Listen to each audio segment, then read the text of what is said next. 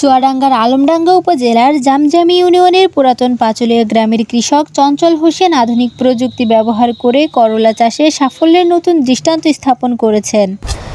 মাত্র ১২ শতক জমিতে করলার আবাদ করে তিনি ৫৮ দিনের মধ্যে ১১ বার ফসল সংগ্রহ করেছেন। ইতিমধ্যে ৬৮২ কেজি করলা বিক্রি করে আয় করেছেন প্রায় ২৮,০০০ টাকা। আলমডাঙ্গাবাসীর জন্য সুখবর, পশুহাট রোডে উদ্বোধন হয়েছে Suzuki Salman motors luxury motorcycle showroom.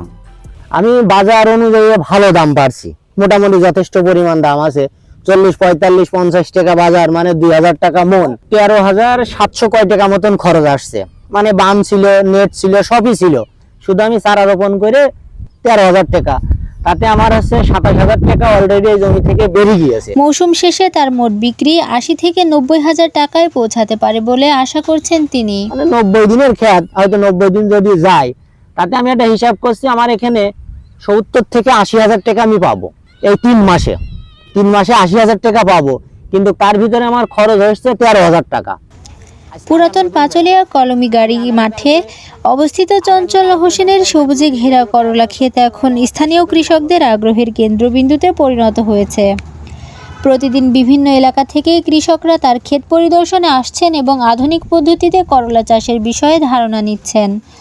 জানা গেছে, মৃত আজবের আলীর ছেলে চঞ্চল হোসেন চলতি মৌসুমে এগ্রো ওয়ান গ্লোবাল লিমিটেডের লিডার হাইব্রিড জাতের করলার আবাদ করেন। আমি দীর্ঘ ২২ বছর ধরে এই করলা চাষ করছি। তো এর আগে যতটুকু ফলন পেয়েছি, তার চেয়ে বেশি ফলন আমি এবার পেয়েছি। আমি এই জমি থেকে আপনার এগ্রো ওয়ানের সাবিরা জাতের শসা করছিলাম রমজানকে টার্গেট করে, তাতে আমি যথেষ্ট পরিমাণ ফলন পেয়েছি। আর এবার আমি একই কোম্পানির লিডার জাতের করলা লাগাইছি। তিনি মালচিং পদ্ধতিতে চাষাবাদ করায় জমির আর্দ্রতা সংরক্ষণ, আগাছা নিয়ন্ত্রণ এবং গাছের সুষম বৃদ্ধি নিশ্চিত হয়েছে। পাশাপাশি সময়মতো সেচ, সার প্রয়োগ ও রোগবালাই ব্যবস্থাপনার কারণেও খেতে এসেছে আশানুরূপ ফলন।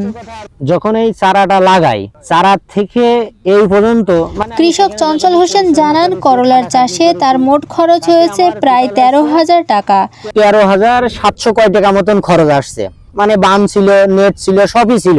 শুধু আমি চারা রোপণ করে।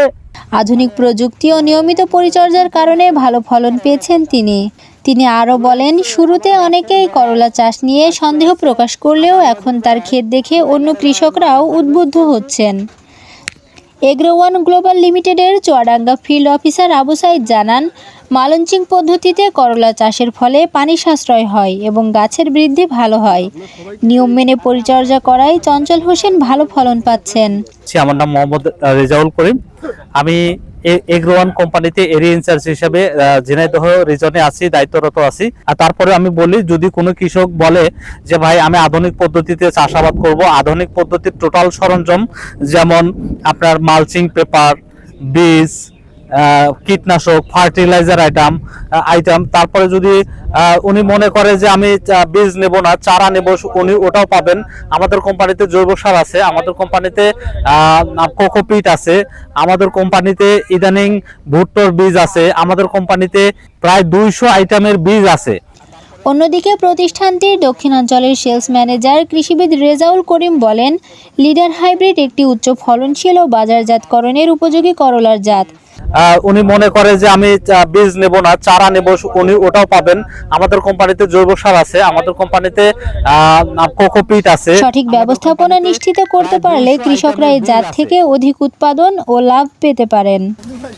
স্থানীয় কৃষকদের মতে, উন্নত জাতের বীজ, মালচিং প্রযুক্তি এবং আধুনিক কৃষি ব্যবস্থাপনার মাধ্যমে সবজি চাষে নতুন সম্ভাবনার দ্বার উন্মোচিত হয়েছে। চঞ্চল হোসেনের করলা ক্ষেত সেই সম্ভাবনারই একটি সফল উদাহরণ। সবুজলতায় ঝুলে থাকা শত শত করলা যেন জানান দিচ্ছে, পরিশ্রম, পরিকল্পনা ও আধুনিক প্রযুক্তির সমন্বয় ঘটলে অল্প জমিও হতে পারে সাফল্যের সুবর্ণ ক্ষেত। আমি আবু সাইদ, আলমডাঙ্গা তথা চুয়াডাঙ্গা জেলার দায়িত্বে আছি। তো আমরা মাঠ পর্যায়ে একটা চাষিকে প্রথমত বীজ থেকে শুরু করে কীটনাশক পর্যন্ত যাবতীয় যা প্রয়োজন তাকে দিই এবং শিডিউল স্প্রের মাধ্যমে তাকে স্প্রে করানো হয়। এবং তাৎক্ষণিকভাবে যদি কোনো সমস্যা হয় সেগুলো আমরা ইনশাল্লাহ সমাধান দিয়ে থাকি। আর সেই সফলতার গল্পই এখন ছড়িয়ে পড়েছে জামজাম ইউনিয়নের মাঠ থেকে মাঠে। আমি আনিশা মিম, নিউজ ডেস্ক, SF টিভি। তাতে আমার টোটাল হচ্ছে 13,700 কয় টাকা মতন খরচ আসছে।